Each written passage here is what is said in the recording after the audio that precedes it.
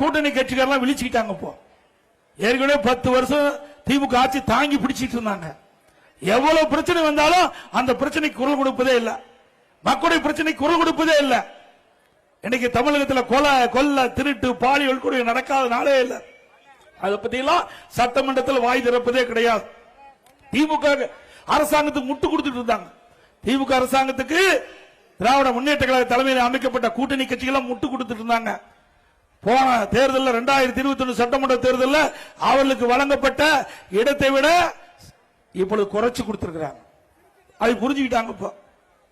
இப்ப வெவ்வேறு மாதிரி பேட்டி கொடுக்கிறாங்க. திமுக அரசாங்கம் நடக்கின்ற ஊழலுக்கு எங்களுக்கு சம்மதம் இல்லைன்னு. திமுக அரசாங்கத்தில் நடைபெற்ற ஊழலுக்கும் கூட்டணி கட்சிக்கு சம்பந்தம் இல்லைன்னு பேட்டி கொடுக்கிறாங்க. இன்றைக்கு பூனைக்குட்டி வெளியே வந்தது. திமுக முகம் மக்களுக்கு அடையாளம் காட்டப்பட்டு விட்டது. திரு ஸ்டாலின் அவர்களே, எத்தனை நாளைக்கு இந்த கூட்டணி வச்சுக்கிட்டு மக்களை ஏமாற்றுவீங்க? இன்னைக்கு கூட்டணி நம்பி தான் திமுக இருக்குது, மக்களை நம்பி இல்ல. திமுக கூட்டணி நம்பி இருக்குது, அண்ணா திமுக மக்களை நம்பி இருக்குது. நிறைய கூட்டணி சேர்ந்தா ஓட்டு போட்டுருவாங்க. ஏன்னா மக்கள் அவ்வளவு சிந்திக்க தெரியாதவர்களா? தமிழ்நாட்டு மக்கள் அறிவுபூர்வமான மக்கள், சிந்தித்து செயலாற்றக்கூடிய மக்கள். யார் சரியானவர்கள் யார் தவறானவர்கள் சிந்தித்து எடை போட்டு இன்றைக்கு தேர்ந்தெடுக்கக்கூடிய திறமையான மக்கள் தமிழ்நாட்டு மக்கள். திரு ஸ்டாலின் அவர்களே, ஒரு முறை ஏமாந்து விட்டார், மறுமுறையும் தமிழ்நாடு மக்கள் ஏமாற மாட்டாங்க. அந்த தேர்தல் அறிக்கையில் ஏற்கனவே 2021 525 அறிவிப்புகள் வெளியிட்டிருக்காங்க. அந்த 525 அறிவிப்புகளை 4 ஒரு பங்கு கூட இதுவரைக்கும் நிறைவேற்றல. அத்தனையும் பொய். டீசல் பெட்ரோல் விலை குறைச்சாங்களாங்க? கேஸ் மானியம் கொடுக்கறாங்களா? கொடுத்தாங்களா? கல்வி கடன் ரத்து பண்ணாங்களா? 100 நாள் வேலை திட்டத்தை 150 நாளா உயர்த்தினாங்களா? ரேஷன் கடையில் 1 கிலோ சர்க்கரைக்கு போல 2 கிலோ சர்க்கரை கூடுதலா கொடுத்தாங்களா? அது மட்டுமல்ல, அரசு ஊழியர்களுக்கு பழைய ஓய்வு திட்டம் நடைமுறைப்படுத்தினாங்களா? எல்லாமே பொய். அண்ணா திமுக அண்மையில் நாங்க ஆட்சிக்கு வந்தா என்னென்ன திட்டத்தை நிறைவேற்றணும் அறிவிப்பு கொடுத்தோம். அதே அறிவிப்பு தான் திரு ஸ்டாலின் அப்படியே காப்பிடிச்சு இன்றைய தினம் வெளிப்படுத்திருக்காங்க. இன்றைக்கு திராவிட முன்னேற்ற கழகம் ஆட்சிக்கு வந்தவுடன் இந்த 525 அறிவிப்புகள் நிறைவேற்றப்படும் என்று 2021 சட்டமன்ற பொதுத்தேர்தலில் அறிவிச்சாங்க. அந்த அறிவிப்படி 1/4 பங்கு தான் நிறைவேற்றிருக்கீங்க. எஞ்சிய பகுதியே நிறைவேற்ற முடியல. மீண்டும் ஆட்சிக்கு வந்து என்ன நிறைவேற்ற போறீங்க? நிறைவேற்ற முடியுமா? ஒரு பானை சோற்றுக்கு ஒரு சோறு தான் பதம். அப்படி ஏற்கனவே கொடுக்கப்பட்ட வாக்குறுதியை உங்களால் நிறைவேற்ற முடியலையே, மக்கள் எப்படி நம்பி உங்களுடைய கூட்டணிக்கு உங்களுக்கு வாக்களிப்பார்கள்? சிந்தித்து பாருங்க. இப்பொழுது 517 அறிவிப்பு வெளியிட்டார். அறிவிப்பு வெளியிடுறது என்ன பெரிய விஷயமா? அறிவிச்சிட்டார். எப்படியாவது மக்களை ஏமாற்றாலும் முடிவு பண்ணி போன தடவை ஏமாந்த மாதிரி இந்த முறையும் மக்கள் ஏமாந்துருவாங்கன்னு திரு ஸ்டாலின் கணக்கு போடுறாரு. முடியுமா? முடியவே முடியாது. ஸ்டாலின் அவர்களே, உங்களுடைய ஆட்சியில மக்கள் கண்ட பலன் என்ன? Collection, commission, corruption. இதுதான் மக்கள் பார்த்துட்டு இருக்காங்க. இந்த ஆட்சியில ஊழல் நிறைந்த ஆட்சியா தான் இருக்குது. எல்லா டிபார்ட்மெண்ட்லயும் ஊழல் இல்லாத டிபார்ட்மெண்டே இல்ல. அண்மையில் அமலாக்கத்துறை, நகர்ப்புற வளர்ச்சித்துறை, குடிநீர் வழங்கத்துறையில முறைகேடு நடைபெற்றதாக அமலாக்கத்துறை கண்டுபிடித்து சட்ட ஒழுங்கு டிஜிபிக்கு அறிக்கை அனுப்பிச்சிருக்காங்க. இதன்படி எஃப்ஐஆர் பதிவு பண்ணும். இதுவரைக்கும் எஃப்ஐஆர் பதிவே பண்ணல. அதிமுக சார்பாக நீதிமன்றத்தில் வழக்கு தொடர்ந்து வழக்கு தீர்ப்பு கொடுக்கப்பட்டது. எஃப்ஐஆர் பதிவு செய்யணும், இன்னும் பதிவே செய்யல. எல்லாத்தோட மோசம்னா சென்னை நகரத்தில் இந்த டாய்லெட் கழிப்பறை பராமரிக்கிறதுக்கு டெண்டர் விடுறாங்க. அதுல ஊழல். மிக இப்படி மோசமான ஒரு ஆட்சி இந்தியாவில் எங்கேயும் பார்க்க முடியாது. டாய்லெட்ல கூட ஊழலுங்களா பராமரிப்புல? அது மட்டும் இல்ல, மதுரை மாநகராட்சியில் வரி வருவாயில 200 கோடி ஊழல். யாரு கண்டுபிடிச்சது? திமுக அரசாங்கம் தான் கண்டுபிடிச்சது. வேற எதிர்கட்சி சொல்லல, அவர்களே கண்டுபிடிச்சு அந்த மேயர் ராஜினாமா பண்ணிட்டார். மேயருடைய கணவர் அவரை அரஸ்ட் பண்ணி சிறையில் இருந்து வெளியில் ஜாமீன்ல வந்துட்டார். 4 மண்டல குழுவில் ராஜினாமா பண்ணிட்டாங்க. அதுக்கு என்னென்ன வரி? ஆட்டுக்கு வரி, மாட்டுக்கு வரி, குதிரைக்கு வரி, பன்னிக்கு கூட வரி போட்டாங்க. பன்னிக்கு போட்ட வரியிலும் ஊழல் செய்கிற ஒரே அரசாங்கம் திமுக அரசாங்கம். எவ்வளவு கேவலம்!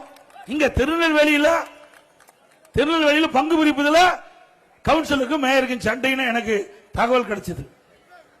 மேயர் கூட்டத்துக்கு வந்தா, மேயர் கூட்டுகின்ற கூட்டத்துக்கு வந்தா கவுன்சில் வரதில்ல, கவுன்சிலருக்கு வந்தா மேயர் வரதில்ல. எப்படி மக்களுக்கு அடிப்படை தேவைகளை நிறைவேற்ற முடியும்? எவ்வளவு மோசமா! இங்கதான் அப்படின்னா திண்டுக்கல்ல அங்க மாநகராட்சியில் 4.5 கோடி ஊழல், அங்க கோயம்புத்தூர்ல பிரச்சனை, காஞ்சிபுரத்தில் பிரச்சனை. இப்படி மாநகராட்சி எல்லாம் எல்லாமே வரி வருவாயில மிகப்பெரிய முறைகேடு நடந்திருக்குது. மீண்டும் அதிமுக ஆட்சி மலர்ந்தவுடன் இதை சட்ட நீதியாக கண்டுபிடிக்கப்பட்டு உரிய நடவடிக்கை எடுக்கப்படும் என்பதை தெரிவிச்சுக்கிறேன். அதோட இந்த மாவட்டத்தை பொறுத்த வரைக்கும் கனிம வள கொள்ளை பட்டு ஜோரா நடக்குது. எங்க ஆட்கள் எவ்வளவு போராட்டம் பண்ணி பார்த்தாங்க, ஒன்னும் வேலையாகல. அரசு அதிகாரிகளே தூண்டுதலா இருக்கிறாங்க, யாரையும் கண்டுக்கல. இன்றைக்கு தமிழகத்தில் தென்காசி மாவட்டத்திலையும் திருநெல்வேலி மாவட்டத்தில் தான் அதிகமா கனிம விலை கொள்ளை நடைபெற்றிருக்குது. அதிமுக ஆட்சிக்கு வந்த பிறகு கனிம விலை கொள்ளையை கண்டுபிடித்து சட்ட நீதியாக நடவடிக்கை எடுக்கப்படும். அதோட இன்னைக்கு தமிழகத்தில் பாத்தீங்கன்னா போதைப் பொருள் நிறைந்த மாநிலமா இருக்கு. கஞ்சா விற்காத இடமே இல்லை. உண்மைதானுங்க? தமிழகத்தில் எது கிடைக்குதோ இல்லையோ கஞ்சா தாராளமா கிடைக்குது. எங்க பார்த்தாலும் கஞ்சா விற்பனை. இந்த கஞ்சா விற்பனையினால மாணவர்கள், இளைஞர்கள், பொதுமக்கள் இதுக்கு அடிமையாகி சீரழியக்கூடிய நிலை தமிழகத்தில் பார்க்கப்படுது. நான் பல முறை சட்டமன்றத்தில் நான் பேசினேன். திரு ஸ்டாலின் அவர்களே, இந்த கஞ்சா விற்பனை தடுத்து நிறுத்துங்க, இது மக்களை மிகப்பெரிய பாதிப்புக்குள்ளாயிரும், மாணவர்கள், இளைஞர்கள் சீரழிந்து விடுவார்கள் என்று பல முறை எச்சரிக்கை விடுத்த, பேட்டி தொலைக்காட்சியில் கொடுத்த, பத்திரிகையின் வாயிலா அறிக்கை கொடுத்த ஒண்ணுமே கிடையாது. ஆனா அதிமுக ஆட்சிக்கு வந்தா 3 மாதத்தில் இந்த போதை நடமாட்டத்தை அறவாக ஒழிக்கப்படும், போதைப் பொருள் இல்லாத மாநிலமாக உருவாக்கப்படும், சட்டத்தின் ஆட்சி நடக்கப்படும். அப்படித்தான் நாங்க ஆட்சி புரிஞ்சோம். ஆனா இன்னைக்கு திமுக ஆட்சியில நம்முடைய திருநெல்வேலி மாவட்டத்தில் வேதனைக்குரிய ஒரு விஷயம், 9ஆம் வகுப்பு படிக்கின்ற மாணவிகள் பள்ளியிலே மது அருந்தக்கூடிய காட்சி தொலைக்காட்சியிலே பார்த்தோம். எவ்வளவு வேதனை! பெற்ற தாய்க்கு தான் அந்த கஷ்டம் தெரியும். பிள்ளைகளை எதற்கு அனுப்புறோம்?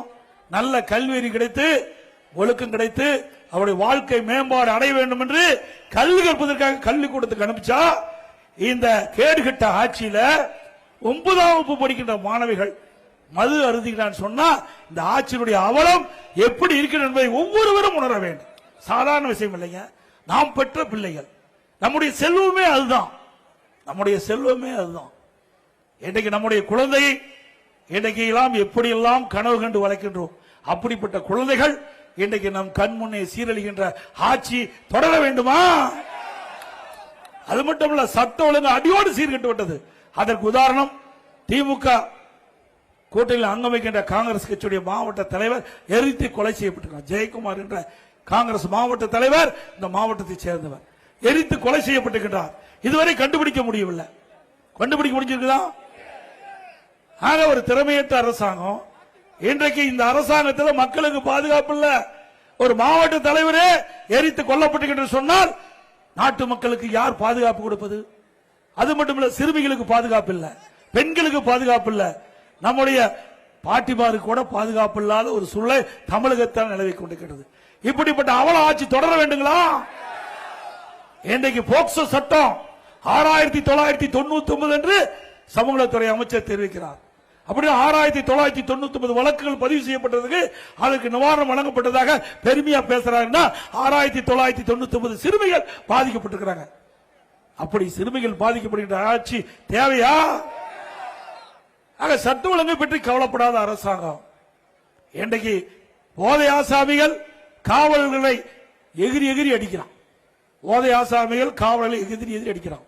இன்றைக்கு குற்றச்செயல் அதிகரிப்புக்கு காரணமே இந்த போதை ஆசாமிகள் தான். இந்த கஞ்சா போதையில் இருக்கின்றவர் என்ன செய்வது என்று அறியாம பெரிய தவறு செய்யறாங்க. நாங்குநேரியில் நினைக்கின்றேன், 2 இருசக்கர வாகனத்தில் சாலையில் சென்றுட்டு இருக்காங்க. ஒரு இடத்துல போயிட்டு இருக்கும்போது பொதுமக்கள் நிற்கிறது, அங்க போய் வெட்டி இருவரை சாக்கிறாங்க. யாருன்னே சம்மதம் இல்லை. அப்படி அந்த போதை ஆசாமிகள் செய்கின்ற அட்டூழியம் தடுத்து நிறுத்த வேண்டும். அப்படி ஒரு நல்ல ஆட்சி தமிழகத்தில் மலர நீங்கள் அத்தனை பேரும் துணை நிற்க வேண்டும் என்று அன்போடு இந்த நேரத்தில் கேட்டுக்கிறேன்.